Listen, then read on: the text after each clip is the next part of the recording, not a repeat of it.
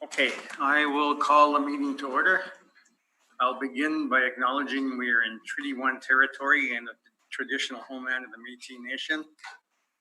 All individuals entering city-operated facilities, including City Hall, are required to wear a non-medical face mask. Those at the table are not required to wear masks while sitting, as long as they are a distance 6 feet from anyone else. Once you leave your seat at the table, you must put your mask back on. As directed by Manitoba Health, we're requesting people avoid close contact within 2 meters with anyone showing symptoms of respiratory illness, such as coughing or sneezing. If you are experiencing flu-like symptoms, we are requesting that you excuse yourself from the room. Please note, when you join the meeting via Zoom, all participants will be in the waiting room and your microphone will be muted until the host lets you in the room. You can watch the hearing live via the City's Board of Revision YouTube channel. When called upon, you will be allowed from the waiting room and permitted to speak with respect to your property. Once you have been heard, you can continue to watch the hearing live via City's Board of Revision YouTube channel. If any participants are currently watching the live meeting on YouTube, please mute your audio player now. My name is Neil Harden. I am chairing today's panel. With me is Harvey Diamond to my immediate left and Robert Upton to my far left. The assessor today is Jonathan Dolinsky and the recording secretary is Belen Rojo. We will be hearing applications for revision of the assessment rule in accordance with the Municipal Assessment Act. The matters for which revision is requested have been described in each application and will limit discussion to those matters. The statements that are made at this hearing are sworn testimony and anyone speaking to the matters must be sworn in. Be advised that comparisons of assessments of properties are not considered evidence of market value by the board. The board is appointed annually by council and is independent of it and the city administration. It makes its decisions on the basis of the evidence provided at this hearing and issues a written order that will be mailed to all parties as soon as possible. Please note that the board's decision with respect to an application may be appealed to the Manitoba Municipal Board if the matter pertains to assessed value reclassification, or to the Court of Queen's Bench if the matter pertains to the application of exemptions from taxation. Should you wish to appeal, information on how to do so will be included with the board's order. With respect to the hearing process, I will confirm the matters to be addressed with each applicant following a swearing in. We will then have the assessor's testimony followed by questions the applicant may have, then the applicant's testimony followed by questions. Each side will have an opportunity to summarize if they wish. Once all the evidence about an application has been brought forward, the applicant may leave. The process will repeat for each item on the docket today. The session will close after all the applications have been heard, and the board will deliberate in private and make its decisions. You'll receive the order by registered mail as soon as possible. As information, all public hearings are live streamed, recorded, and will be part of the public record. The use of cell phones is not permitted except with the approval of the chair. So the first property on today's agenda is 3365 Portage. So can you do the swearing in, Belen?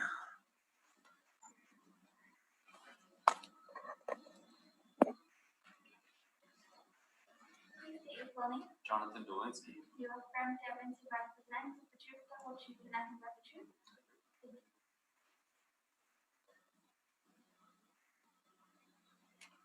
Please state your full name. You are from the AM NCR represent the truth, the whole truth, and nothing but the truth. Thank you. Mr. Chairman, may I have one moment, please? Sure.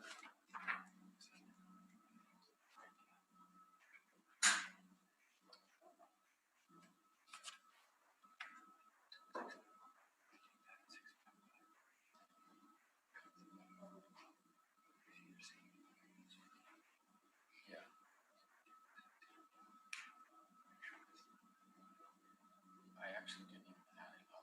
He said 27 then my count. Sure, let's do it. Okay, thanks. Okay, are you ready to proceed? Yeah, okay, so I'll read off everything. It sounds like we have a settled amount. Roll number is 07321 89900. The address is 3365 Portage Avenue. Roll year 2021. We have a Westoba Credit Union Limited here.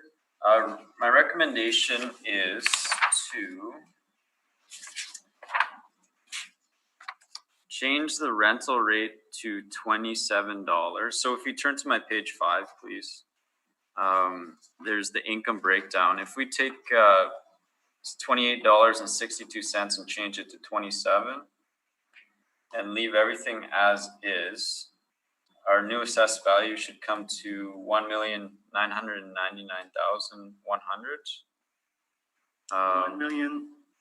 999,100. So rounded to 1,999,000. That would probably be the rounding there. Yeah. By all means, Jonathan, if you want to check the number, sure. Yeah, for sure.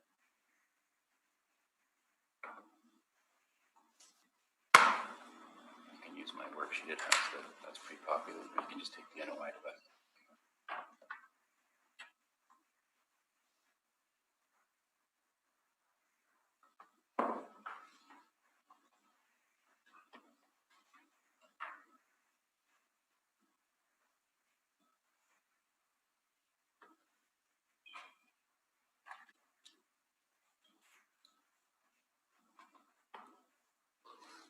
Yeah, that was, yep.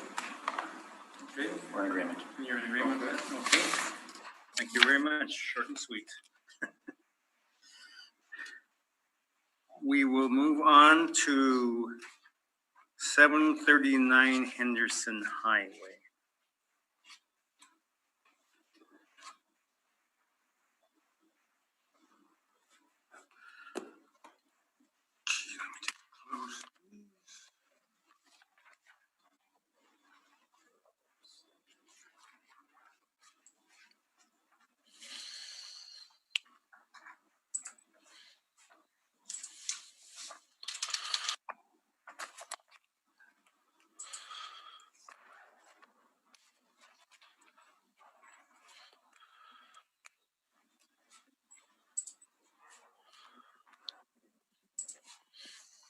Hello, Hello, please state your full name, Wesley Van Bruggen.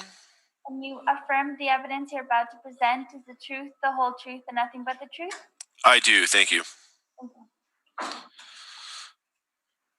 Okay, so we may proceed with 739 Henderson. Okay.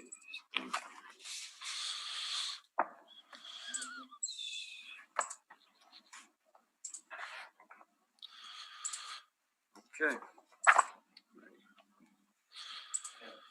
All right.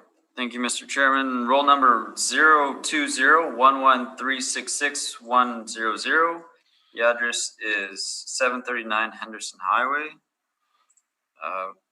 The owner is 5883874 Manitoba Limited. We have for the 2021 roll year an assessed value of $1,030,000.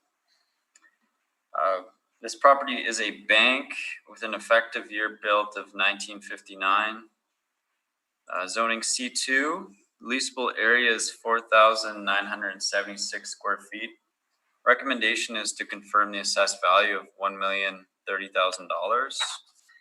Turning to my page 2 of my brief, we have some exterior photos. You can see here it's a CIBC at the corner of Kimberly Avenue and Henderson Highway. Page 3, we have a subject sale history from August 25th, 2017. Sale price was $1,115,550. Page 4 are some bank comparables found throughout the city here in Winnipeg. We have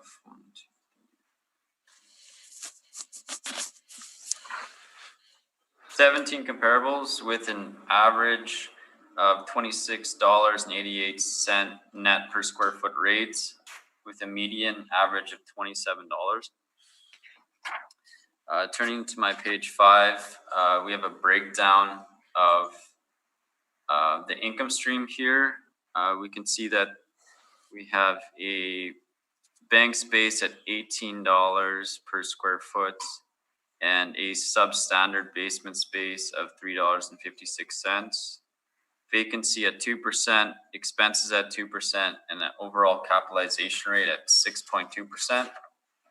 And this gets us to the assessed value of $1,030,000. And that is my presentation. Thank you. Okay, do you have any questions of the assessor? I do. Thank you, Mr. Chair. Just a couple. If we can turn to page 4 of the assessor's brief.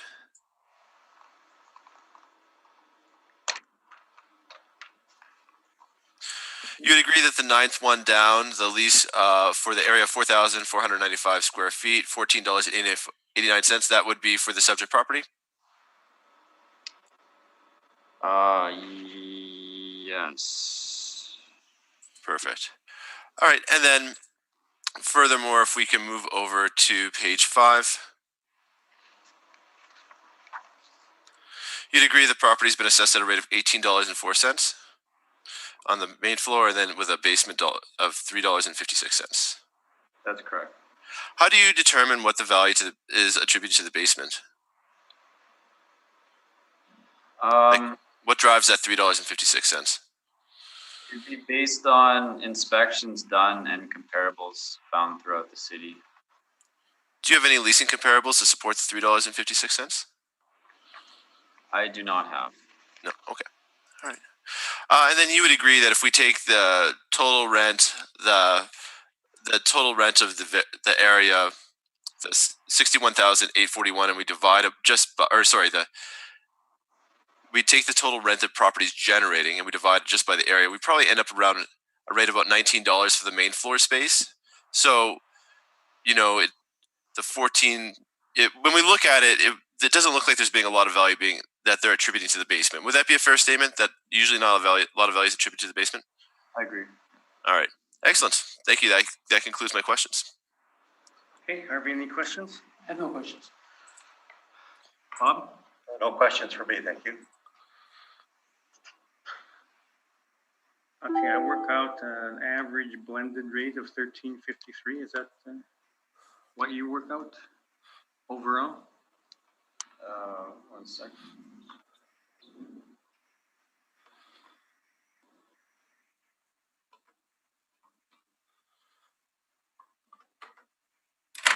Yeah, 1354 rounded up. Yep. Okay.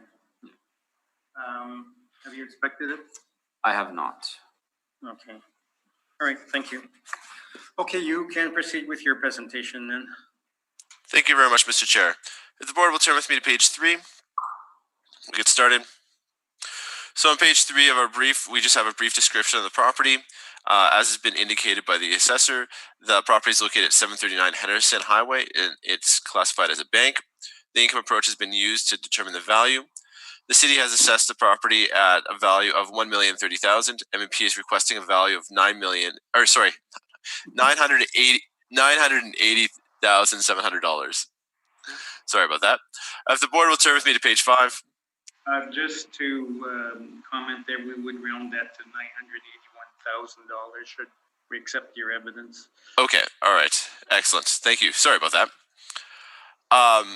Page 5, we just contains the notice of, just a brief description from the City of Winnipeg's website of that particular property. Page 6, we have a requested assessment. So we have looked at the property. We have not attributed any value to the basement space. So we've got the main floor area of 3,428 square feet. At the rental rate, we've used a 6 cap, and we've come out to a value of 9,000. I apologize. Early in the morning, 981,000 on that, which would be truncated. If we look at the physical characteristics, we've outlined them there on the table. on page 7, and page 8 again is showing the detailed report for that. Page 9, we just contain a map from the city of Winnipeg outlining the location of that property from in the city. And at page 10, 11, and 12 are just some photos of that property as well as where that property is on Google Maps. Page 12, we have the valuation. So again, looking at this property, we've only attributed value to the main floor space. When we looked at the value and we looked at it as the main floor and basement, we felt there wasn't a lot of value to the basement, so we didn't put a value on that. To come up with a capitalization rate, we've looked at similar properties within the area, and we've derived our calculated net operating income for those properties as well as a capitalization rate. Based on that, we're calculating an average cap of 6.17%, median of 6.18%. Looking at that, we feel that a capitalization rate of around 6% would be reasonable for this property. We've looked at a couple different properties. We've got a bank in there at Portage, 3247 Portage Avenue. We have a retail space at Corden and 2 office spaces. Again, when we're looking at these properties, we're looking at year of construction as well as being our dominating factor when determining what would be comparable. To determine what those rates are, what we did is we used the business assessments. You can find those starting on page 27 for each property. Now, understanding that there has been some concern in the past when we've done this approach, where the board has indicated that there is some possibility that these properties are under appeal, so the business assessments may not be valid. So what we've done, if you look on page 26, is we've looked at properties that have already been heard by the Board of Revision. So for 3247 Portage Avenue, we know this property had been heard by the Board of Revision and adjusted and withdrawn. So you can see the second item on that list withdrew the application. So again, it'd be our contention that that those income inputs that you find on page 27 should be fair. The next page we have is a property in Corden. This is property 1730. This is page 28. This is property 1730, 1732 Corden Avenue. Again, we know this property had been on the docket earlier this year, July 13, 2020. So this property has already been heard. So again, when looking at the business assessment, we understand that that business assessments have been changed, but this property has already been heard. So again, it'd be our contention that that business assessment should reflect the actual value of that property. Page 30, we have 919 and 921 Notre Dame. Again, we can show here item 3 on there. So the first item, that the property has been heard by the Board of Revision. And that was in 2020, or last year. So again, we know that these parameters have already been examined and decided upon by the Board of Revision. Finally, we have 226 St. Mary's Road. You can find that on page 32, item 5. Again, when we've looked at that, we can see this has been heard by the Board of Revision. So that gives us confidence in using the parameters on page 33 and 34. 36 to page 47 is the supporting documentation for those sales. So we've used the Johnson report to get those sales. You can find page 39, the sale at 919 Notre Dame. Page 43, 226 St. Mary's. And then page 47, we have, sorry, I missed one there. And then page 47, we have the remaining ones. So again, when we look at the property, we have not attributed any value to the basement space, as we feel that there's none of that is warranted. Especially when you look at the rents, they're getting $14.89 for the entire building. When you look at that on just the main floor space, it attributes a rent to just over $19, which is very similar to the rent that's being used by the city of Winnipeg. Finally, the last component would be, if the board will turn with me to page 49 of my brief.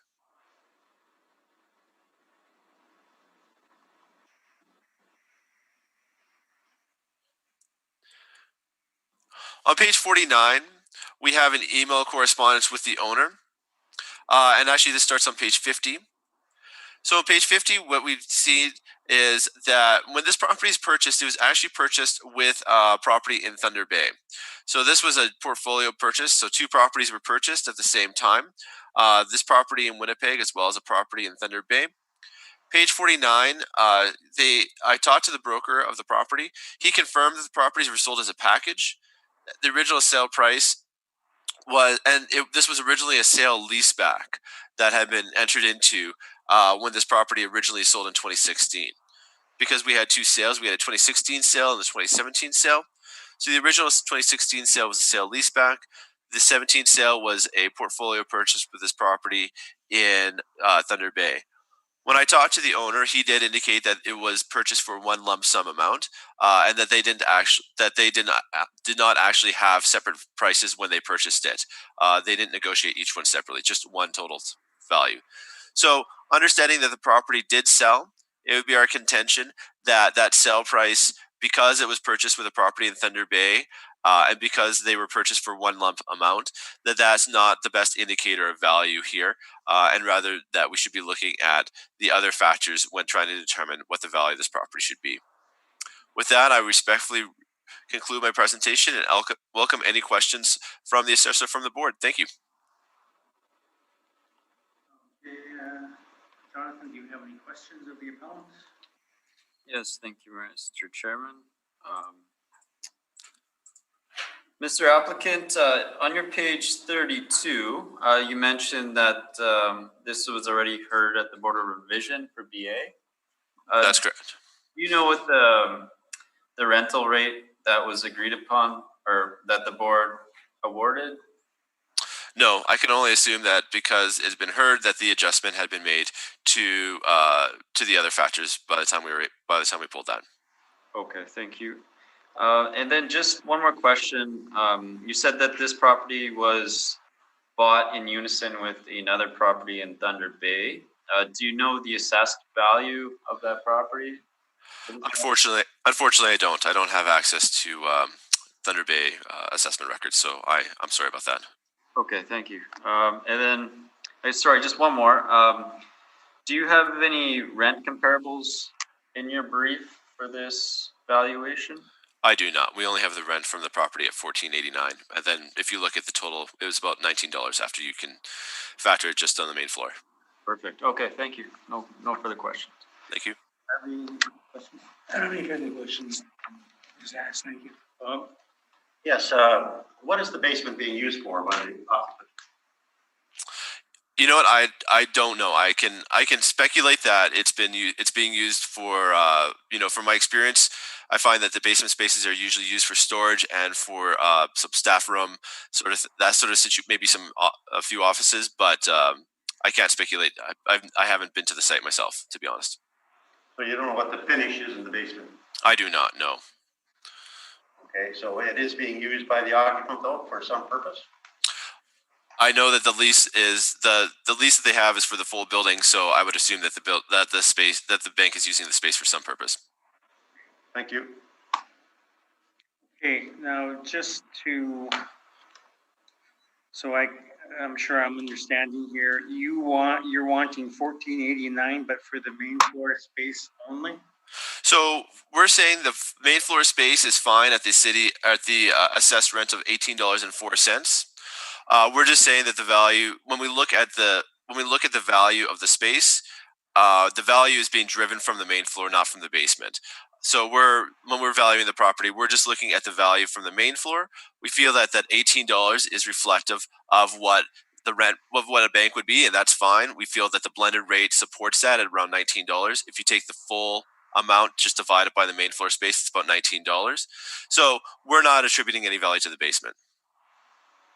Okay, so and then all the other parameters are the same then? Yeah. Okay, I understand that. Thank you very much then. Either party wish to do a summation on this property? No, thank you. Summation on this property?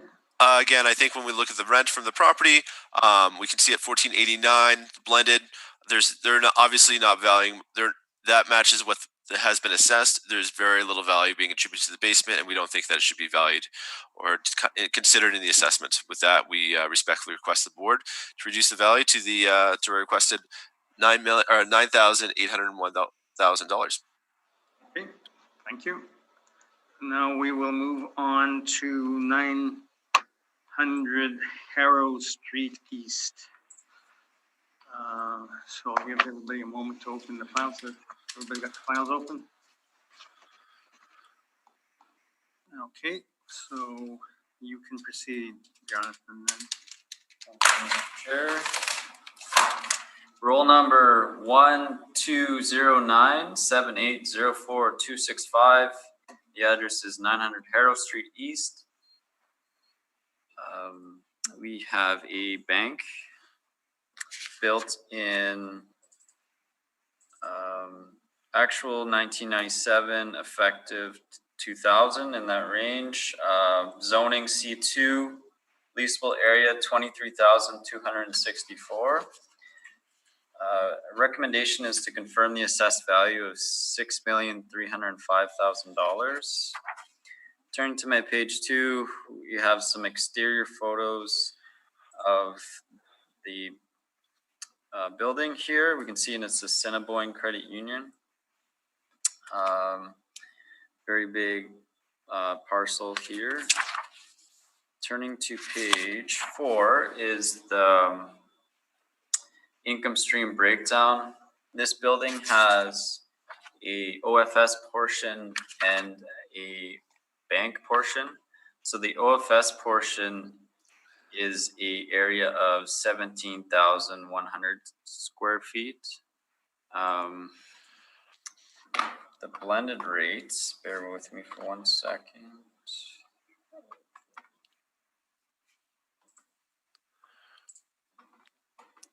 Comes to $17.84. The vacancy is at 5.5%, expenses at 2%, and overall capitalization rate at 6.55%. Turning to my page 5, we have the modeled rent for the bank portion. This area, as mentioned, is 6,164 square feet. Modeled rent comes to $24.72. This area is a 2% vacancy, 2% expenses, and overall cap rate of 6.55%. Page 6 has the two areas added together to get to our assessed value on the bottom line, showing $6,431,000. My page 7 has the bank portion comparables, same comparables used in the last brief. You can see here that the median rent is at $27, well in line of what we have for our modeled portion for this bank. And then page 8 has 3 selected OFS properties. First one is found at 1345 Waverly, 12,461 square feet at $22 per square foot. Second comparable is found at 870 Pembina Highway. It's 12,764 square feet at $17. And third comparable is at 1355 Taylor. It's 6,435 square feet at $20.36. The average of these 3 comparables is $19.79. And that also falls in line with our modeled value for our OFS portion, which is $17.84. And that is my presentation. Thank you. Okay, do you have questions of the assessor? Not as much in terms of questions, but there is a rebuttal for this, and I don't know. Not sure the process in terms of how that comes up. Do we bring it up now? Do we bring it up? Let's see. Why don't we do the questions from the panel, and then you can start with your rebuttal, and and then go into your main presentation. Okay, and the other question is, I don't know. So I emailed the rebuttal. Would have been yesterday. I don't know, like, if everyone has received it or how to. If I were there, I'd hand it out, but I'm not. You have rebuttal, yes. Okay, all right, excellent. Thank you. I just wanted to confirm that. Okay, so Harvey, do you have any questions of the assessor? Thank you, Mr. Chairman. Bob, any No questions? questions right now, thank you. Okay, well, short and sweet, then you can go and give us your rebuttal evidence and then go into your main presentation. Thank you very much, Mr. Chair. If the board will open the rebuttal package and we'll turn to page 4, or sorry, what would be ostensibly page 4. I guess the number's a little off. It says 5 here. We should have what's indicated as bank leasing. So this is all the leasing that's been provided in the assessor's brief on page 7 of their brief. And if the board will turn with me to the next page, we can see we've split all this leasing out. So what we've done, and I just want to confirm, you should be seeing 3 tables on the page with 4 columns, or with a column saying index, floor, start date, term, square footage, rental rate, and building type. Do you see that?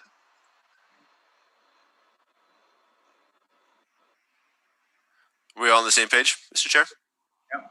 Yeah, all right. So what we've taken a look at the leasing provided by the assessor, and what we've done is we split it out based on, because we noticed that there's 3 different types of properties in that list. There's downtown banks, there are standalone banks, and there's strip mall banks.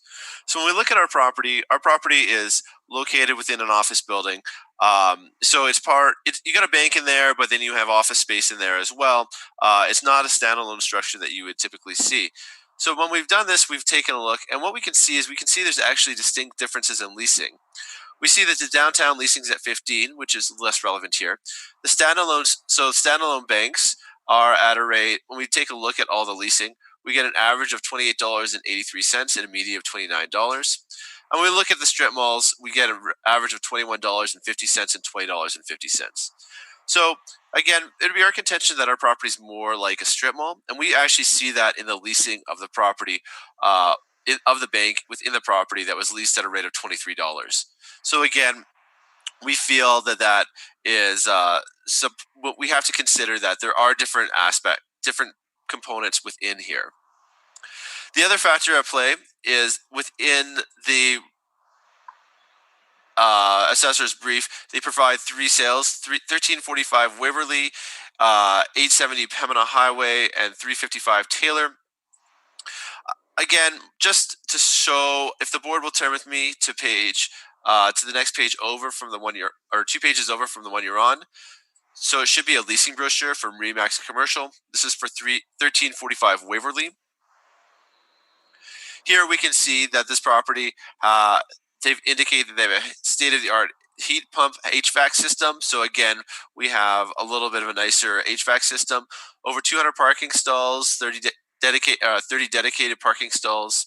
They talk about just the general finish of the property.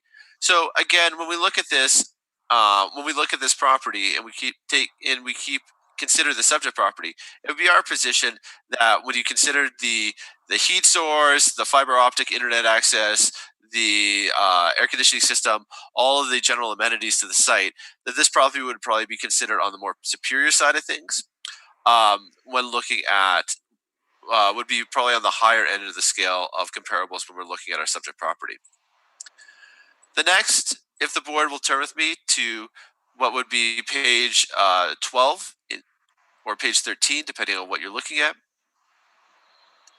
This is 1355 Taylor Avenue. So 1355 Taylor Avenue, this has been identified as a BOMA class gold prestige main floor package or building. So we can see here, again, this is a relatively new lease, or relatively new brochure. So it talks a lot about touchless. But when we go down on the next page, we can see that there's only 5 buildings in Manitoba with the BOMA Best Certified Gold review. And we also see the building has green features resulting in 75% savings in utility costs. So again, when looking at this property, it would be our contention that 1355 Taylor when we consider the fact that it would be identified as it's being identified as a premier building, and we can see that it has some green building features which help reduce the utility costs, and again would make this just a more enticing, more appealing building.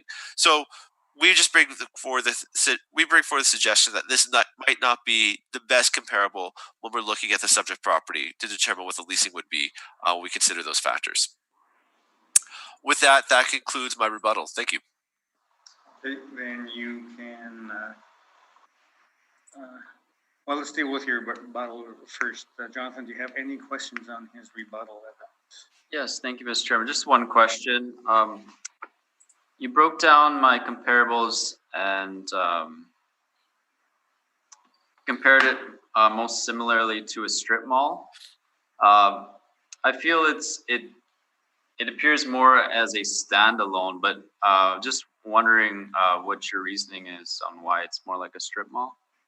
So with a standalone building, again, we typically see those buildings kind of located just different location on the street. Again, it's a hard one to determine because it is a little bit of a unique building. You have an office component within here, so we had taken a look at this, and given the fact that there are other office tenants within the building, that ultimately that this just made more sense as a strip mall. The other thing is that you don't have direct access. You don't have access off Pembina Highway. You have access off Haro. So there's just a couple factors at that because you don't have the direct access off the main roadway there. That we felt it would be more similar to a strip mall when we're trying to determine what would be the most similar to this. Thank you.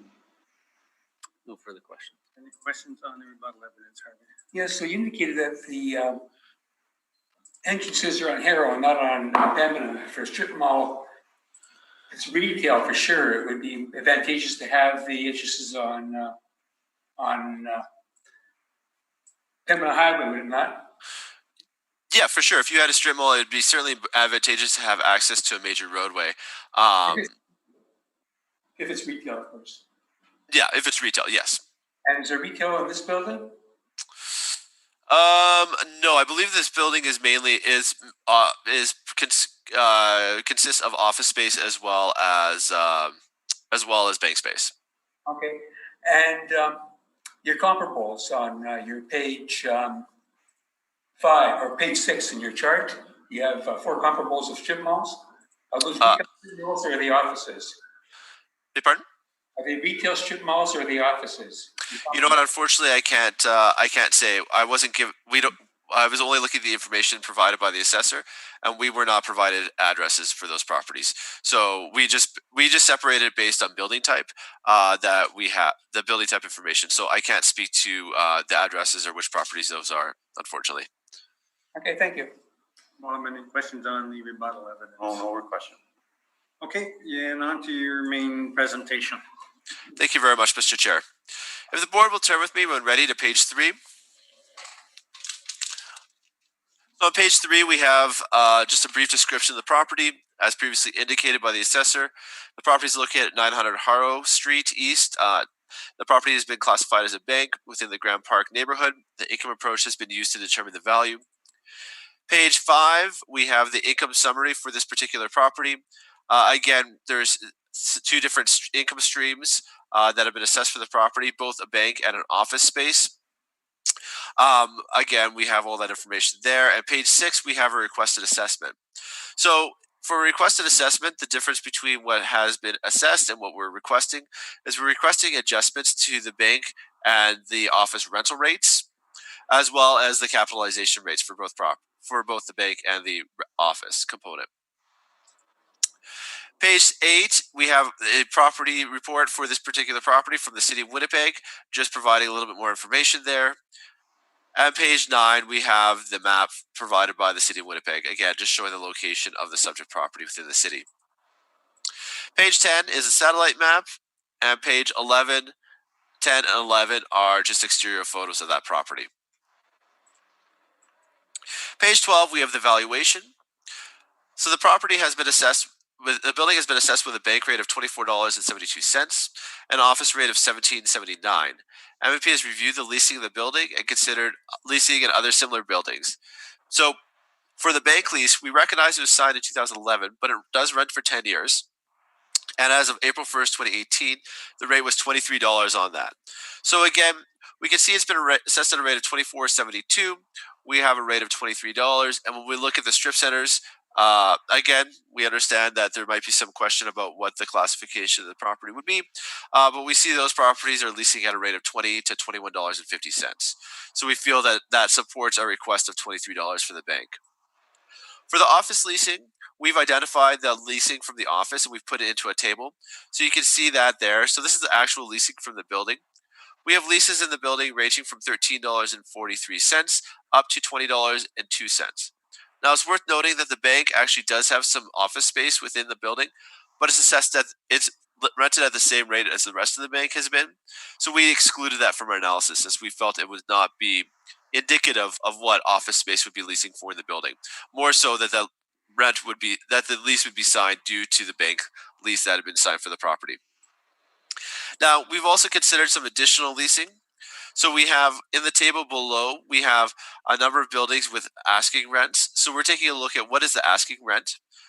We can see that we have 3 buildings with asking rents ranging from $14.03 up to $16. What page you on, please? So that would be page 12. Sorry. On the bottom of page 12, underneath the leasing from the subject property, we have the asking rents for these particular properties. And then finally, we've got 2 leases of actual leasing that's taken place in the area. 1345 Taylor, we have a rental rate of $16.04, as well as 870 Pembina Highway. We have a rental rate of $17 for those 2 spaces. If the board moves with me to the page 13, on page 13, we just have a comparable. We have a map of these properties where they're located. So pin A is the subject property at 900 Harrow. Pin D, this is 1345 Taylor Avenue. The property that's tucked in right beside pin A is 870 Pembina Highway. So you can see these are the rents, the actual sign rents that we've looked at. So they're in fairly close proximity. When we look at the asking rents, pin C, pin F, and pin B are where those asking rents are from. So 226 Pembina Highway is pin B. We've got a property at Fort Donald at pin C, which I recognize is downtown. And then pin F is 5470 Arthur Street. But again, we're just trying to get a sense of what is going on in terms of the activity. So considering the leasing from the subject property, as well as the asking rents in the area and the recent leases signed, MVP is requesting the office rental rate to be reduced to $17 per square foot. As well, when looking at the bank rate, we're requesting a rate of $23 per square foot for that. The board will turn with me to page 15. Page 15, we have the rent roll for the subject property. Here you can see the lease for the credit union at $23 per square foot, so that's the first one. And then following that, we have the leasing for the rest of the building. So you can see the next one is $20.02, and we continue on from there. The one lease, I will point out that we have excluded from the building's rental rate is if we go to page 16, we can see unit 200. The credit union has some space on the second floor of the building at a rate of $23. Again, it's our contention that that $23 does not necessarily reflect leasing of office space, but rather leasing of bank space. So we've excluded that from our analysis. But anyway, pages 15 to 17 are where we got our leasing from the building from. The next component on page 18 is the capitalization rate. So as mentioned, the property has been assessed with a capitalization rate of 6.55%. MVP has considered sales of similar buildings and calculated the capitalization rate for these buildings to be between 5.55% and 8.79%. We provided the buildings in the table there. Again, when we're looking at buildings, we used year of construction as well as the type of building as our main considerations. So we were looking for office buildings that were newer, so we could have one building at 1990 or one building at 2005. This is 240 Kennedy. We have a building at 1990. This is 475 Dover Court, and then we've got two buildings at 87. We've also looked at the area, so we've got the areas of the buildings there, and then the calculated net operating incomes. So to calculate the net operating incomes, MVP does not have the actual revenue from these properties when they sold. So what we requested is we had requested this information through a Freedom of Information request from the City of Winnipeg, and we were denied. So in order to get this, what we looked at is we used the a vacancy rate, suburban office vacancy rate of 5.5%, which is supported by the Johnson Report.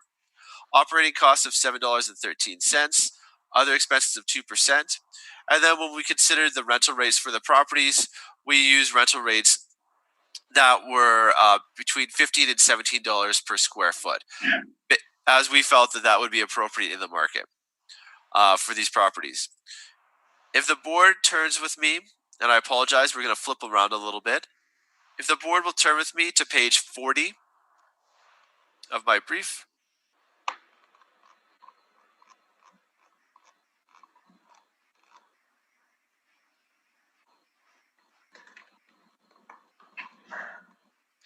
So on page 40 of my brief, we have our capitalization rate inputs for the board's reference. Here we show what rental rate we're using. So you can see we're using $15 for the properties with the 1987 and 1990 year of construction. The vacancy rate of 5.5%, expenses of 7%, other expenses of 2%, and that's generating our net operating income. With that, we're generating our capitalization rates. For 240 Kennedy, again, we recognize this property is slightly different location. So we're using a rental rate of $17, a vacancy rate of 7%, expenses of $13, and other expenses of 2%. With that, we're getting a calculated NOI of $322,885, generating a capitalization rate of 6.66%. When we can look at the average, we get an average of the four properties of 7.46% and a median of 7.37%. So again, when we're looking at that, we felt that a capitalization rate of 6.75% would be appropriate. If the board will move with me to page 42. Page 42, we have just some support for our leasing. So this is the property at 200. This is a property at 200 Graham. So again, located downtown. And when we roll down, year of construction, this is 1990. And if we go to page 44, we can see the basic rental rate in the building is $15 and $18. So again, that's a little after the fact, little post fact, but we do believe that supports our $17 request, or $17 that we've used for 240 Kennedy. So that's how we've generated our rental rates. If the board will jump with me back to page 19.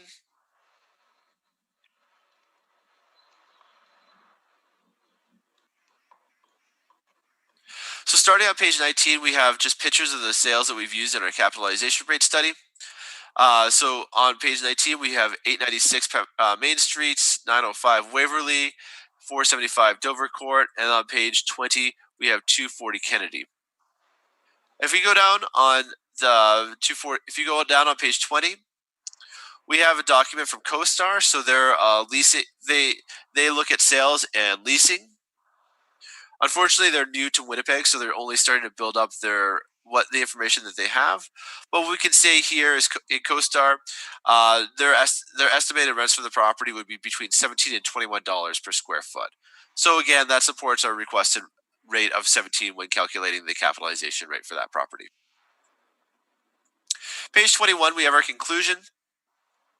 So again, using our $17 office rental rate and our $23 bank rate, with our 675 capitalization rate, we are requesting a value of $5,786,000 on this, or 87,000, I guess, truncated. $5,787,000 truncated on the value on this property. Page 22 to page 28 is just supporting documentation. If the board will move with me to page 31. On page 31, we have our lease comps. Here we have 5470 Arthur Street. You can see asking rate of $14 for the building. On the next page, page 32, we have 4 Donald. We have an asking rate of $16 for that property. This was as of March 2018. Page 33, as of February 2018, we have an asking rate of $14.03 for that property. Page 34, this is 2265 Pemina Street. We have the term started January 2018, and we have an asking rate of $15 for that. Page 35, we have a property in Corden, so 649 Corden Avenue. January 2018, $15. Page 36 is another lease from Arthur. And then finally on page 38, we have 250 McDermott. October 2017 start date, asking rate of $14. Page 39, we have rent comparables. So this had been provided to us previously in another file. So you can see here, this is our support for 345 Taylor Avenue. This is index 6. You can see that they have an area of 14,628 square feet at a rate of $16.04. And then point 5, you can see Pembina Highway, 2008 year construction. This is 12,764 square feet, asking rate of $17 on that. So newer building, asking for a rate of $17. Again, supporting our requested rate of $17 for this particular property.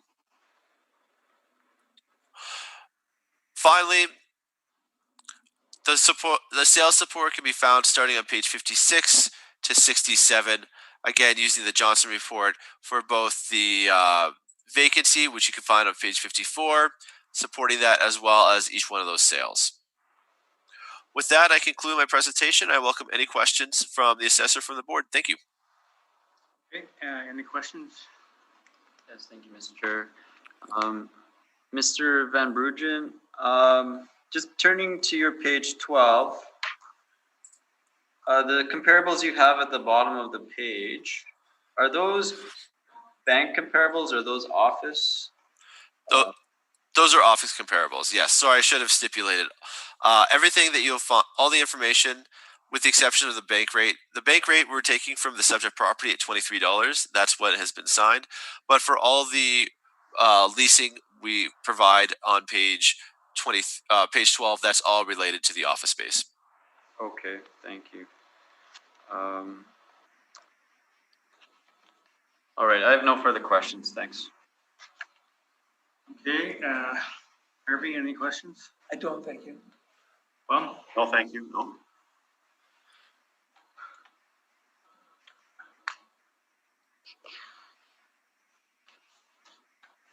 okay, so you're not using the leases in place for the actual leases in place for the office space then? So we have looked at the leases in space for the office space. That's on page 12, the first table. Using the leases in place, we're getting a rent. We're looking at an average rent of $17, median of $17, and weighted average of $16.73. But we're also supporting that with both asking rents that we're seeing between $14 and $16, as well as actual leasing taking place at 345 Taylor Avenue at $16 and 870 Pembina Highway at $17. Okay.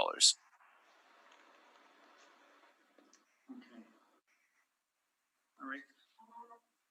Thank you for that. I have no more questions on this, so summation. Any summation?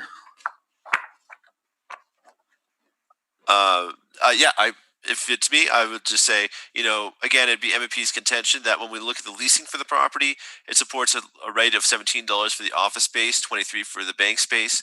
When we look at the leasing from similar properties, it supports that $17. And when we look at the banks, again, we've used $23 we can question where we stand, but the strip malls are at $21.50. We feel that we'd be more similar to a strip mall, so that supports our request. Finally, when it comes to the capitalization rate, we have provided for sales for the board's consideration on page 18. We do feel that supports a capitalization rate, our requested capitalization rate of 6.75%. With that, we are respectfully requesting the board to reduce the assessment of this property to our requested $5,787,000. Thank you. Thank you. And then we will go on to our fourth item on the agenda, 150 Henry Avenue, and we will then take a break after this property is dealt with. So, 150 Henry Avenue, there it is. Okay. So you can proceed on 150 Henry Street, Mr. Lonsky. Thank you, Mr. Chair. Roll number 13099069120. The address is 150 Henry Avenue. The owner is Meadow Developments Limited. Roll year is 2021. Assessed value is $4,563,000. Zoning is multiple use. It's an office building and leasable area of 70,349 square feet. Our recommendation is to confirm the assessed value of $4,563,000. Turn to page 2. We have an overhead view of the roll at the top, so it's definitely an irregular shaped lot. Bottom of page 2 is an overhead view of the roll here of the premise. Page 4 has the breakdown for this property. It is considered an OFC. We have a leasable area of 70,349, and the blended rates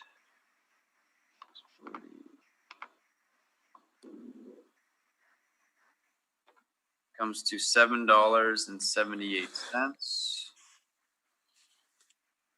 So this would be Say that again, what number? $7.78 blended. This would be our model rent.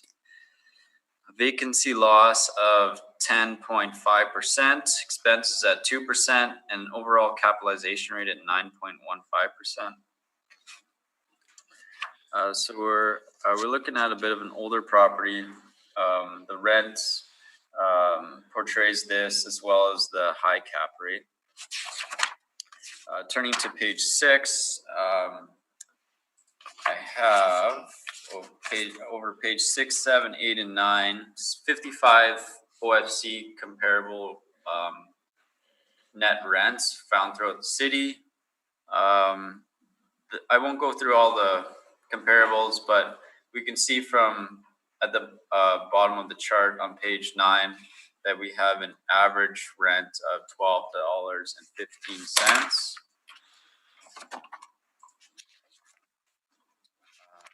And that is my presentation. Thank you. Okay, do you have questions on his presentation? Thank you very much, Mr. Chair. Just a couple, I guess. You would agree the property is located in South Point Douglas, is that correct? Yes. I agree. And then for on page 6 to 9, are any of these leasing from that area? 1 second.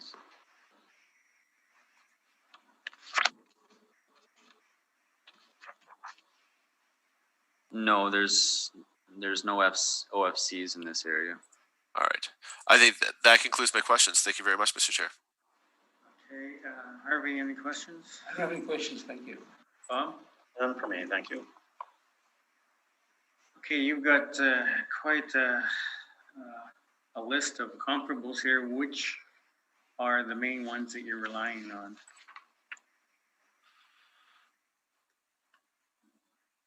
In terms of location, I believe Portage ones would probably be the best bets. So comp 6, comparable 21.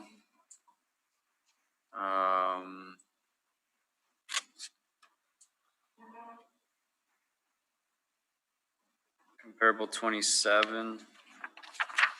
Oh, we do have a King Street one. I guess King Street would be a great one. Comparable 32, $9.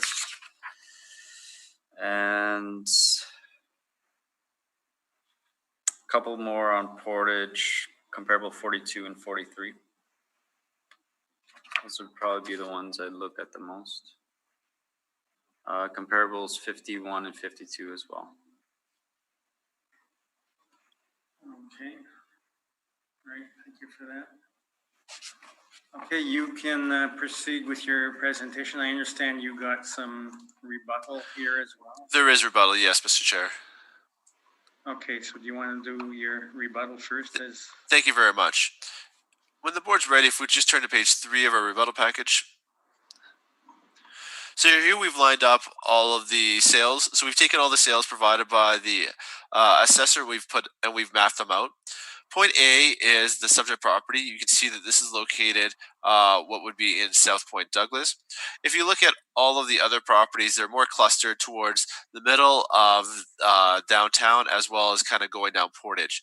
So again, it would be our contention that when you actually look and you consider the locations of these properties, that these properties would be considered superior just due to the location as well. If page 4, we have a zoomed in map of that. So again, on page 4, what we could see is that we've got those the closest property would be pin T, which is 180 King Street, as has been indicated by the assessor as kind of the closest proximity, but that's still within Chinatown. And then we have a couple properties that are located within the Exchange District, and then we have properties that are located more downtown. Our concern is if we go to page 5 and we actually look at the areas, and we take a look at the area around Chinatown, we can see that this area here is quite a bit safer than what we're looking at for the subject property. Again, this information is a little more dated, but or a little bit newer, but I don't think it holds just the same. Here on page 5, we have the crime stats for the area around the King Street property. So this is the Chinatown. And then if we go, and then the same thing with the Exchange District on page 6. So just for the board's reference, so you can see in terms of the number of crime or the number of requests or the activity, we're kind of we have 21 theft, 15 property damage in the Exchange, and then in Chinatown, we're at 42 domestic disturbance, 14 public disturbance. Yet when we consider the location of the property, which is located in South Point Douglas, our numbers are quite a bit different. So we have, the stats that we see for this particular area, we have over 760 complaints to the police within over that, on a weekly time frame. So again, it would be our contention that when we look at these properties, yes, in terms of location, they might be similar, but in terms of area and what the situation is in the area, they're very different.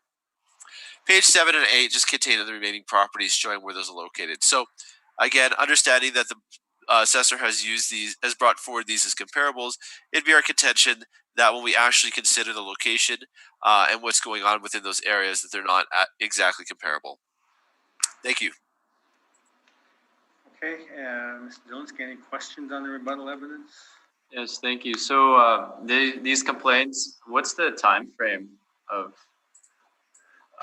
You said, was it over a week? In terms of the time frame, I believe these are on a weekly basis. Yeah. Okay, thank you. No further questions. Okay, Harvey, any questions? No questions. None for me, thank you. Okay, so proceed with your main presentation. Thank you very much, Mr. Chair. If the board will turn with me to page 3 of my brief, we'll get started. So as mentioned by the assessor, the property is located at 150 Henry Avenue. It's an office located in the community of South Point, Douglas. The income approach has been used to determine the value of the property. The city has assessed the property at $4,563,000. MVP is requesting a value of $3,796,000, truncated up. If the board will turn with me to page 6. Page 6, we have a requested assessment. So in terms of the rental rates, we don't disagree, as well as the vacancy allowance. The issue that we're going to be taking is one of capitalization rate. The city has used a capitalization rate of 9.15%. We are requesting a capitalization rate of 11%, which is driving that request. Page 8, we have the property details for this. Again, just showing, this is from the City of Winnipeg's assessment website, showing 150 Henry. The location is South Point, Douglas. And then starting on page 10, we have the map, the assessment map for that property, again from the City of Winnipeg. Page 12, we have a satellite map just showing the location of that property. Disraeli is the major roadway located to the south there of the property, and Higgins is located to the north. Page 12, we just have some external photos of that property on page 12 and 13. And then on page 14, we get to the meat of the issue, which is the capitalization rate. So we've NMP's identified 3 properties that we feel are similar. This is 380 to 388 Donald Street, 279 to 283 Portage Ave, and 138 Portage Ave. Well, again, when we're looking at these properties, one of the factors that we were looking for was location. The other factor we were considering was building size.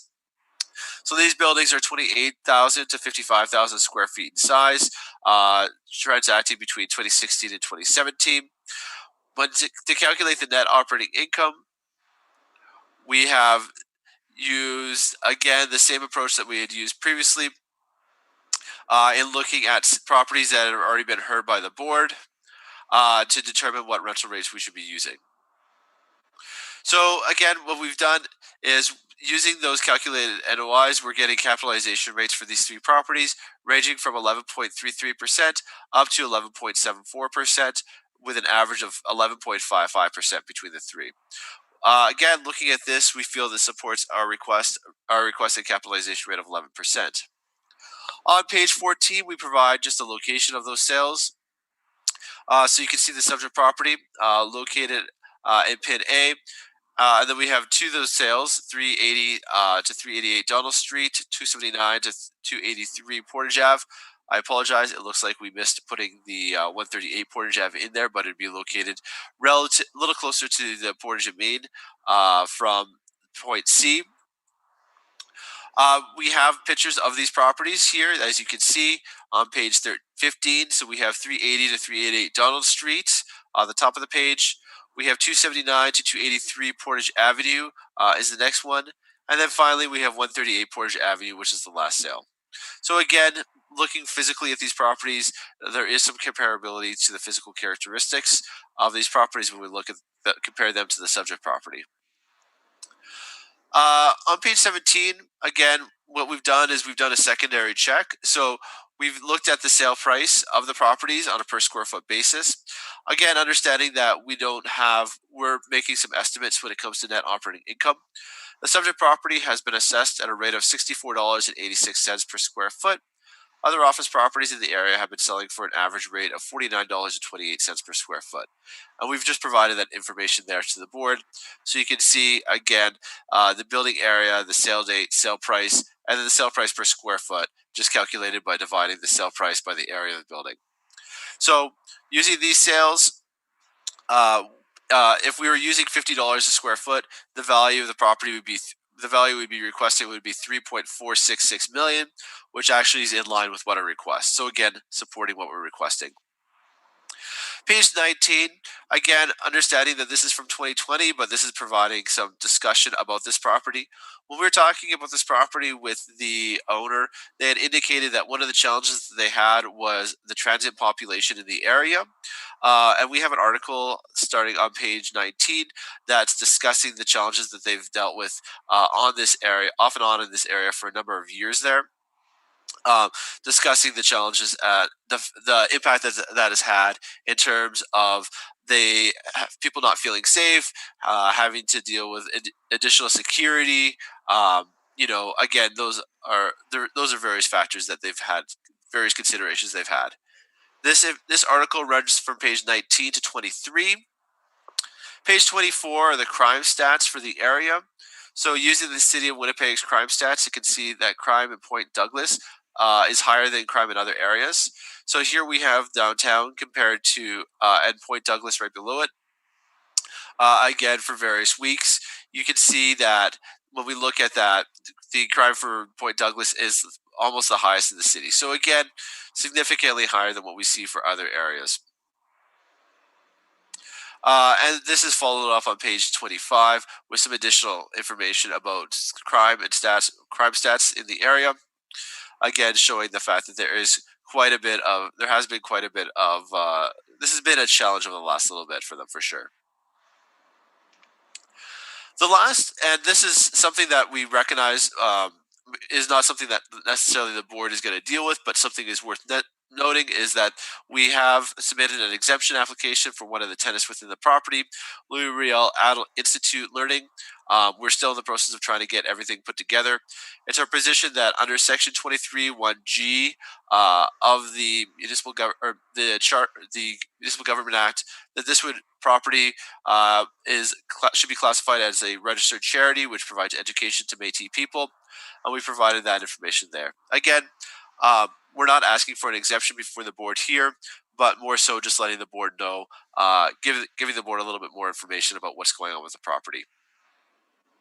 Finally, on page 27, we have the conclusion. So as mentioned, in looking at the property, we have taken a look at that. We are requesting 11% capitalization rate for the site, resulting in a value of $3,796,000 for that particular property, supporting that with sales as well.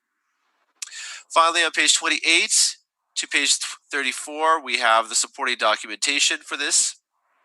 Page 36, we have our capitalization rate parameters, so how we've determined that. So here we can see that for 388 Donald Street, this property had been heard. So we had used it, and from the hearing, we determined that the rent of $8.70 had been accepted. So we used that along with a 14.5% vacancy, expenses of 2%, and or expenses of 2% and expenses of an expense ratio of 7.5 to get our capitalization.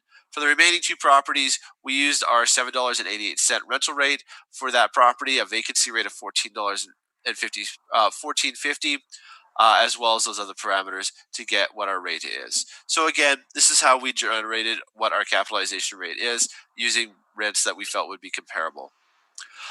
Page 37 and 38 are just the board of revision items for 380 Donald. You can see there. And then finally, at page 38 is for 138 Portage Avenue. Again, just showing the property had been adjusted. So using that information. Page 40 until page 51 is the supporting documentation for the sales we've utilized. And then starting on page 53 and continuing on until the end of the document, 75 is the application that is being currently put together for the exemption.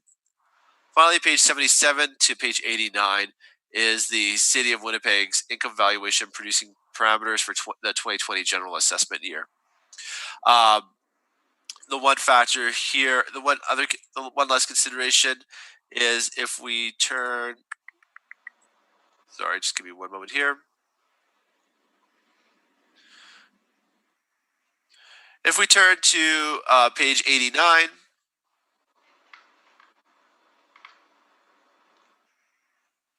we see capitalization rates as determined by the city range from 4.5% up to 10.4%. So again, we realize that 11% is just a little bit higher, but there is, there certainly are properties, just for the board's reference, within the city of Winnipeg that have capitalization rates that are at that 10.4%. So, again, just showing the fact that an 11% capitalization rate is not out of line with the requests here. With that, I conclude my presentation. I welcome any questions from the assessor from the board. Thank you. Okay. Questions, Mr. Dolinsky? Yes, thank you, Mr. Chair. Mr. Van Bruggen, did you include any actual rental rates comparables in your brief? I did not. No, we are strictly dealing with the capitalization rate issue. Thank you. I have no further questions. Okay, Harvey, any questions? I have no questions, thank you. Okay, Bob, any questions? Now, just a question on your capitalization rates. The 3 sales you use to support your cap rates are built in, 1910, 1911, 1909, much older building than the present one.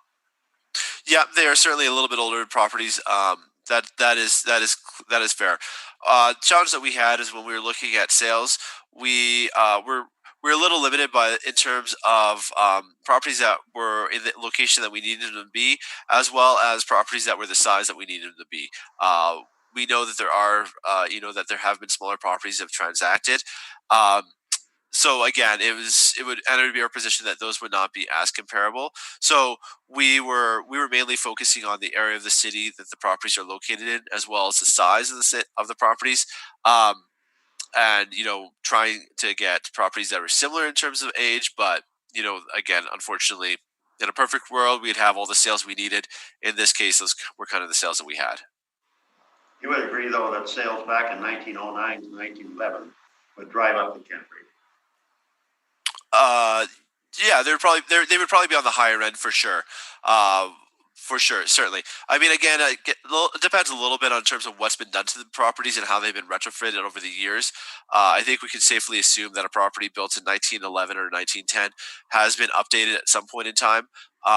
So again, we have to consider what modernizations have been done to the properties. But I would agree that those would probably be slightly on the higher end. But again, when we look at the capitalization rates for those properties, they kind of range from 11.33% up to 11.75%, and we're asking for an 11% vacancy, or capitalization rate. So we are taking that into consideration a little bit there. Thank you very much. Thank you. Okay, and I have no questions, so thank you very much for your presentation. Any summation? Summation on this one? Again, Mr. Chair, I think when we look at the property, we feel that considering the sales within the area as well as on the capitalization rate, the property has been overassessed. And when we consider the area of this property itself, located in South Point Douglas, we feel that a slightly higher capitalization rate should be used for this site, just to account for all those factors. With that, we respectfully request the board to reduce the assessment to a requested value of $3,796,000. Thank you. Okay, thank you. And that concludes the hearing on these items. We'll now take a break until 22:11.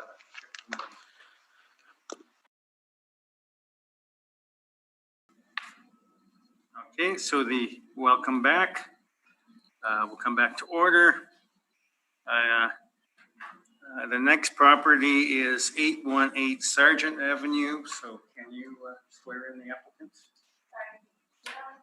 Oh, there he is.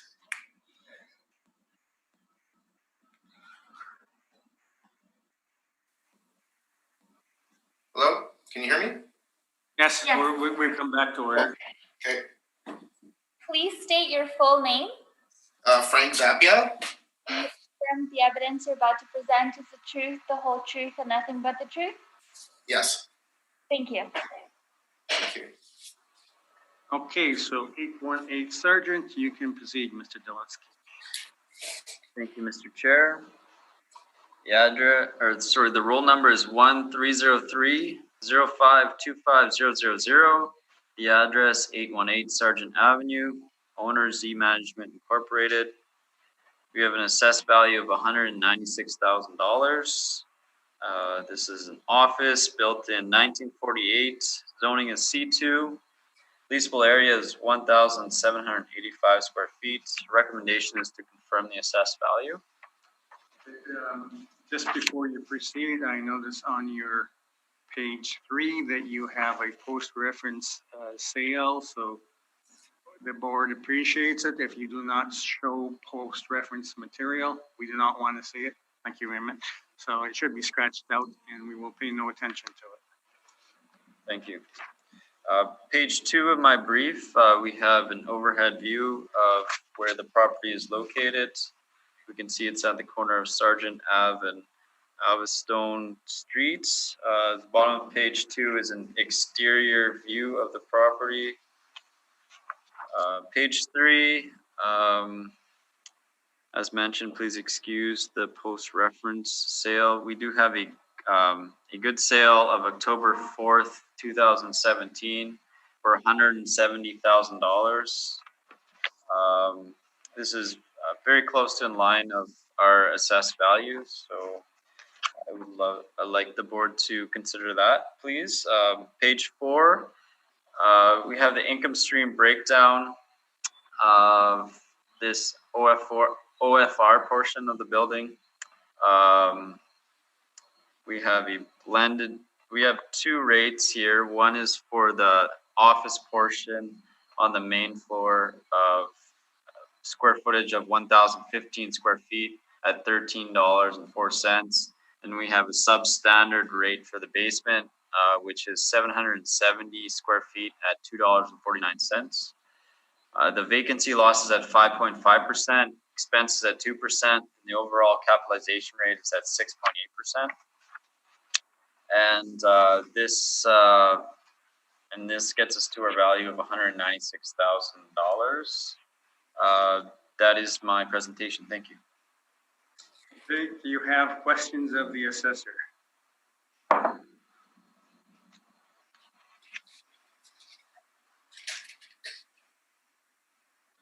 Excuse me, do you have any questions? Oh, for me, sorry. It's my question. Yeah, okay.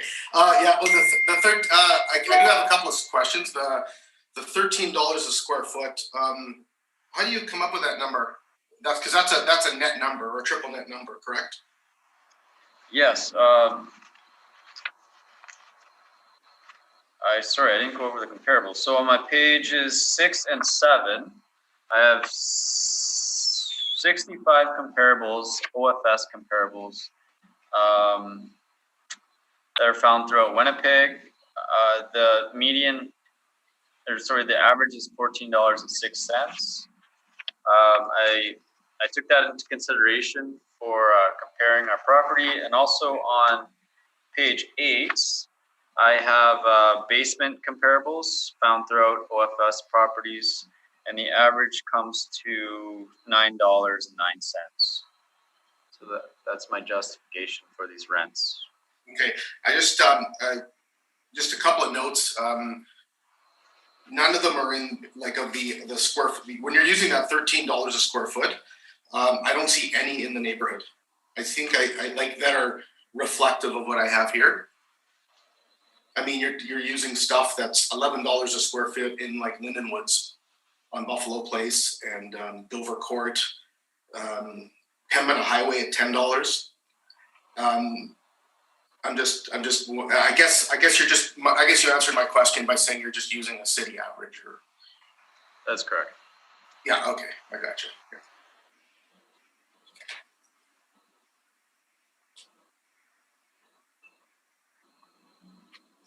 And yeah, I think that's it for questions for me. I can, unless you, I guess I'm going to refute those things on my presentation. Is that right? Or You'll be able to speak. Yeah.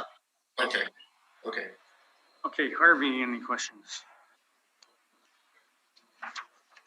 Yeah, looking at your comparables, and are there any properties that are comparable with subject that you're using on? Yeah, for sure. So my comparable 4 is at 1765 Sargent, not too far away.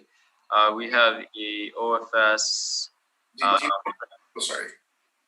What number is it? Comparable 4 on page 6 of my brief. 1765 Sargent. We have a rent rate of $12.50 there. I feel that would be pretty comparable to our subject. You know if there's any basement in that one? Offhand, I do not know. So you don't know if it's a blended rate or not. You don't know if it is a basement, so I guess we have to assume that it's all main floor. Yeah. Okay, that's fine. Yeah, for sure. Thanks. Anything else that you can say is a good comparable? I know Higgins would probably be a pretty good comparable number 48. That's at $12.92. The rest are a bit out of the area. So like we mentioned before, it's more of an average of OFSs found throughout the city. Okay, thank you. Rob, any questions? Have you inspected this property? I have not. Okay, I wondered what you referred to as a substandard basement. What do you mean by substandard? Typically, it means it's mostly used for storage. They wouldn't be used as Could you mute your phone, please? It's not, you know what, it's not my phone, it's the computer. Right. I'm sure I can do that. yeah, so it would be referred to a space that wouldn't be used as a typical office space where you sit down at a computer. It's more of like throw some files down there kind of thing. So you don't know if it's dirt walls or what it is? I don't. I see. Okay. Thank you very much. Okay, I have no questions, so you can begin your presentation then. Sure. I just wanted to start off by mentioning two things based on what he just said. It's obvious that, and this is respectful, I'm not trying to be, 1765 Sargent is not in the same area. 1765 Sargent is in the St. James district where all those big furniture stores and the rents are high. I'm on Sargent and Arlington, basically. So to use that as a comparable is utterly ridiculous, just respectfully. The second thing, just to answer the substandard basement thing, yeah, it is used mostly for storage. So the reason I purchased this property, let me just start off by saying, is it's on the corner of where my office is located. So I basically wanted to purchase next door. This property has a horizontal crack in the basement. So I'm basically buying it. I haven't rented out because I've included that form for you to review. I don't know if you've all received that, the pro forma at 818 Sargent. Is that your rebuttal? I sent it. They asked me if I had any other information, and I sent, I guess a few days ago, 818 Sargent a pro forma on it to show the panel, the actuals, like the rental rate. I don't know if you've received those, but if you did receive those, it works down to the current rent in that building is about, including the basement, is about $8.25 a square foot. That's using the triple net formula that the assessor is using. And I want to make another note here. I actually asked for $145,000 on the assessment, and that was at a cap rate of 5.76. The assessor is using 6.8. If I use 6.8, I should be asking for 122.8 on this building. And now maybe I can get into the comparable sales. 818 Sargent. The first comparable I have, and I'll let you know that I'm a real estate salesperson, broker in Winnipeg, and I've been in basically all these buildings.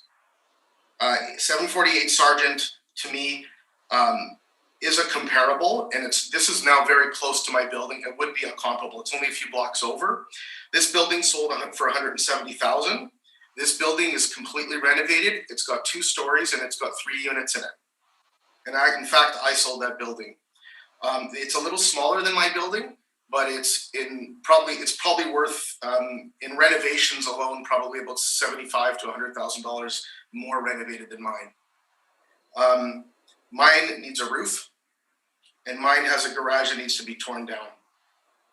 The other 2 comparable properties that I located here are 1376 Winnipeg. Now you wonder, well, why are you using Winnipeg Avenue? Well, Winnipeg Avenue is right off of Arlington, only a few blocks away from where I'm situated.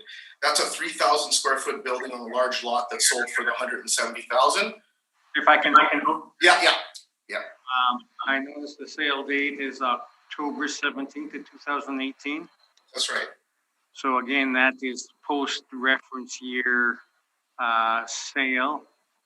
We can't go beyond April 1st, 2018. Oh, okay, then we can strike that one out. We can use the next one, which is in March. And that one was sold. In fact, these comparables are going to probably, I don't want to get into my next presentation, but they're very similar because the buildings are located across from each other pretty much. But 615 Selkirk, I've been in this building. This building was in very good shape.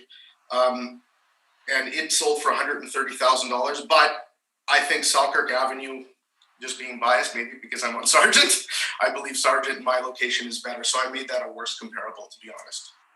But it sold for $130,000 and it was 1,745 square feet on the main level. That's the other thing is this, my building is only 1,000 square feet on the main level. And the reason it's 700 square feet in the basement is because there's an extension in the front. And you probably saw that in the photo that the assessor provided. I think that's it for my presentation. Okay. Do you have any questions, Mr. Dolinsky? Yes, thank you, Mr. Chair.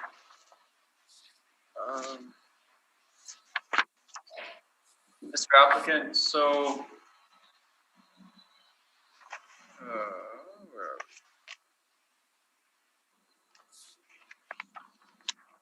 Did you purchase this property in October 4th, 2017 for $170,000? No, let me give you the history there. So there was a plumbing outfit beside me.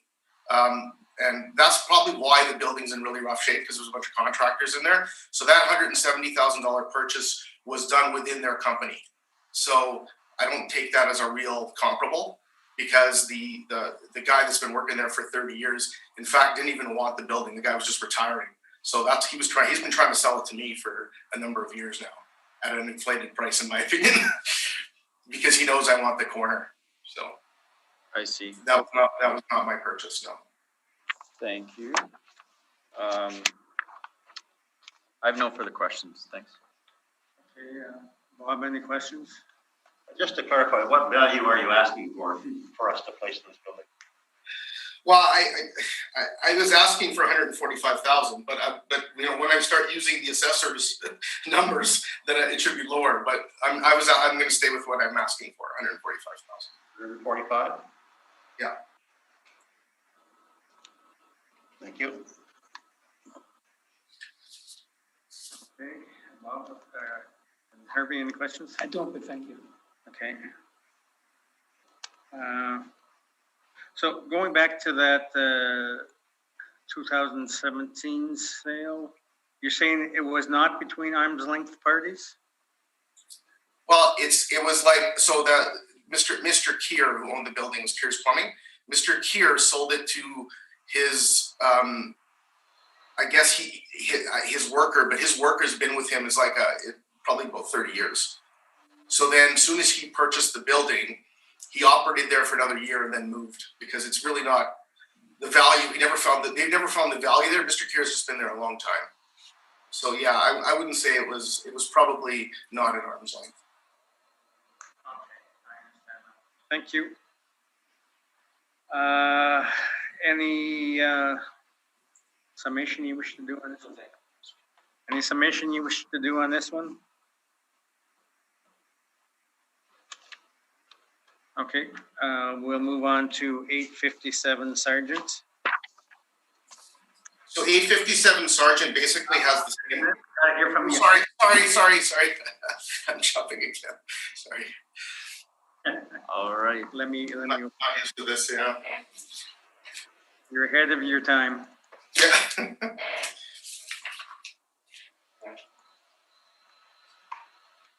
Okay, proceed. Thank you, Mr. Chair. Roll number 13021743000. Address is 857 Sargent Avenue. Owner is Z Management Incorporated. Roll year 2021. Assessed value $315,000. We have an office building built in 1947. Zoning is C1, and leasable area is 2,658 square feet. Recommendation is to confirm the assessed value of $315,000. Page 2 has a couple exterior photos of the property. Page 3, we have a sale from November 8th, 2010 for $175,000. Page 4 is the income stream for this property. It's OFS We also have a substandard basement in here. The blended rate comes to $9.12. This would be model driven. Vacancy loss $5.5%. Expenses at 2%, and a capitalization rate of 6.8%. This gets us to the assessed value of $315,000. Page 6 has the same comparables used in the last brief. Again, we have OFS properties found throughout the city. I won't speak too much to all the comparables, but we can see on page 7 we have an average of $14.06. Page 8 we have basement rent comparables. These basements would be superior, I'm guessing, to the subject, but we can use them as reference to what rates would be if the space was more usable and not just for storage. And we have an average here of $10.37. And that is my presentation. Thank you. Okay, do you have any questions of the assessor?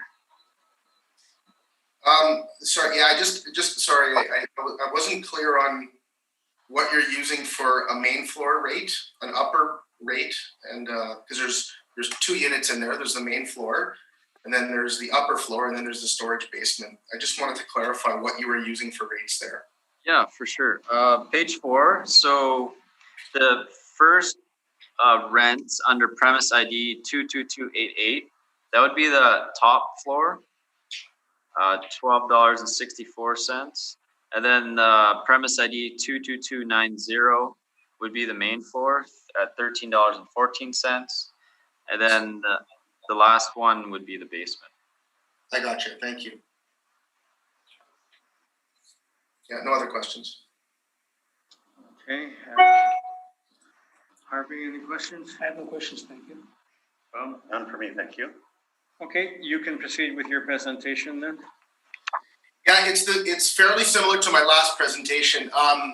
Again, I did when I received the package, I did the pro forma with the actuals again, and the rates that are respectfully that the assessors are using are extremely high for the neighborhood. So my actual rates end up being about $9.70 a square foot, a blended rate like he had mentioned, and that would be on a triple net basis, including the basement.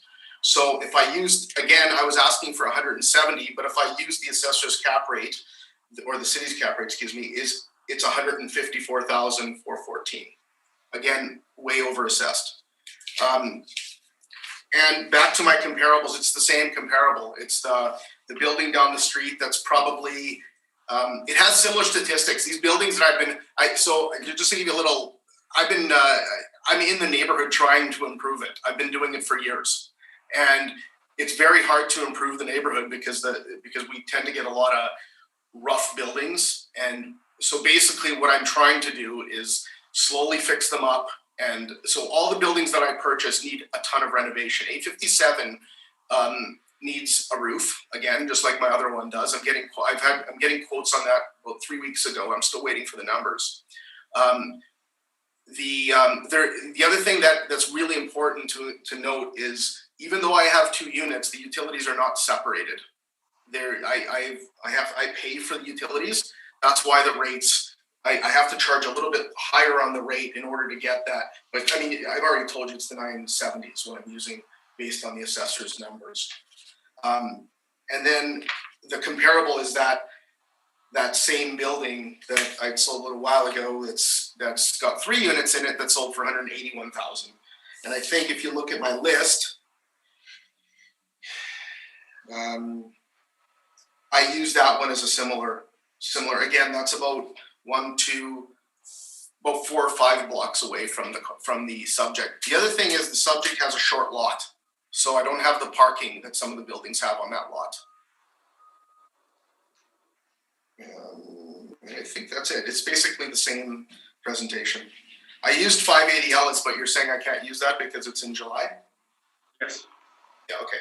Yeah, so it'd be the same comparable. Okay, any questions, Mr. Zelinski? Yes, thank you, Mr. Chair. Mr. Applicant, so just referring to your comparable number one, 748 Sergeant Avenue. Yep. Do you know what the rent rates, or would this be an owner occupied property, or is there tenants? It's owner, when I sold it, it was owner occupied. And now I believe no, actually, it's still, I think it's sold again since what you're seeing there for actually less money, I think. But it's got an owner in that one now. I think it's like a food place or something. There used to be a blacksmith in there. There used to be a shoesmith. He was there for like 30 years. And he ran a little business out of there, and he was the owner, the original one from when I got into the neighborhood, which is about 20 years ago. Okay, so you don't have any rental rates or capitalization rates for this property? For Home Street? For 748 Sergeant Avenue? I don't, no. Okay. All right, thank you. That one has 2 commercial spots on the main and then a residential one on the top floor. Right, okay, thank you. Yeah. Harvey, any questions? Yeah, just give me a second.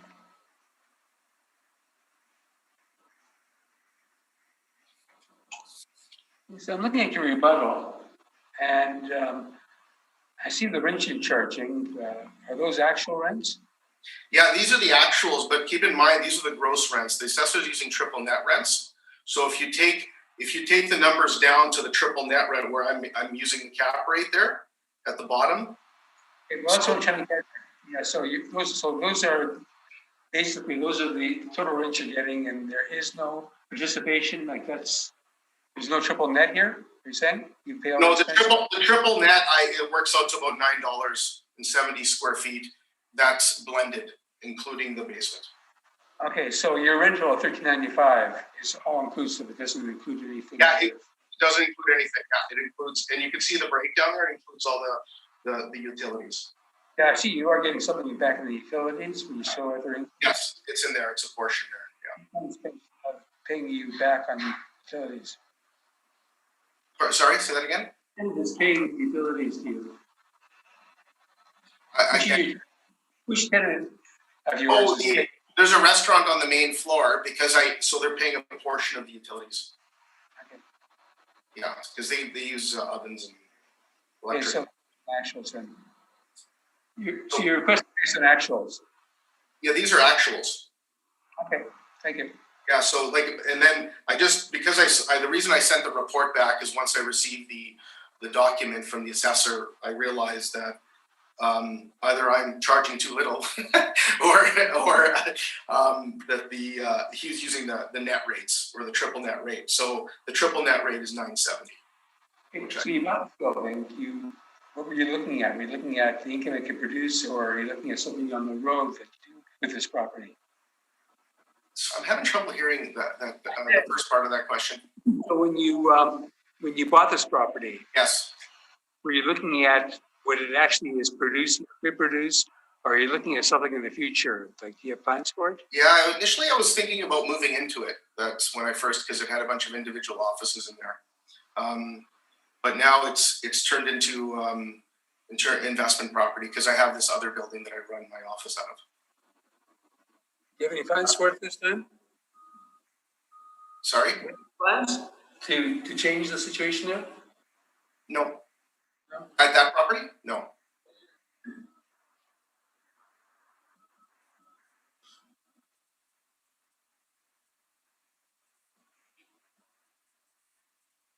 Okay. Okay, thank you. Bob, any questions? No, I have none, thank you. Okay, just on your comparables, did you work out a sale price per square foot for those comparables that you have? I didn't, but if I work it out, it's easily done. But keep in mind, my comparable, it's like, if you look at this, depending on which comparable you look at, but the ones that we can use, if you look at that comparable, that one, it's in the same position that I was talking about earlier. That one is completely renovated. It has a new roof on it. It has, basically the suite was completely renovated. It's got a brick exterior, a sliding gate in the back. It's a very secure place. So if you break down per square footage, it'd be that amount, 1718. And I should also note the 1718 that you're seeing there does not include the basement, because we generally don't list with the basement. I was going to ask, it says lot size. Is that the size of the lot or the size of the building? Excuse me. Yeah, you're right. This is the lot size that you're looking at. Sorry, my apologies.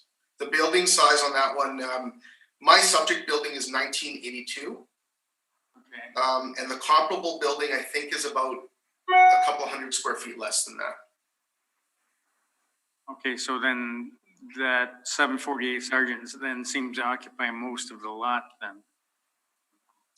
It's probably, it's got a garage on it too. So it probably have it's probably got 3 spots maybe in the back. Like one, like you have to, like, cause it's longer, you have to go one behind the other. And then there's the garage.